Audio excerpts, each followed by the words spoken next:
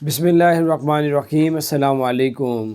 बहुत अच्छी खबर है। यूएई की एमिरेट्स एयरलाइन ने बड़ा ऐलान कर दिया। एमिरेट्स एयरलाइन ने कहा कि अगर कोई शख्स एमिरेट्स एयरलाइन की टिकट बुक करवाएगा, उसको 2 दिन जो है वो यूएई में दुबई के अंदर जो होटल की 5 स्टार होटल की जो बुकिंग होगी वो बिल्कुल फ्री होगी। 2 दिन की जो है रिहाइश होगी वो 5 स्टार होटल में एमिरेट्स एयरलाइन की तरफ से होगी, अगर आप एमिरेट्स एयरलाइन में सफ़र करके यूएई में आएंगे।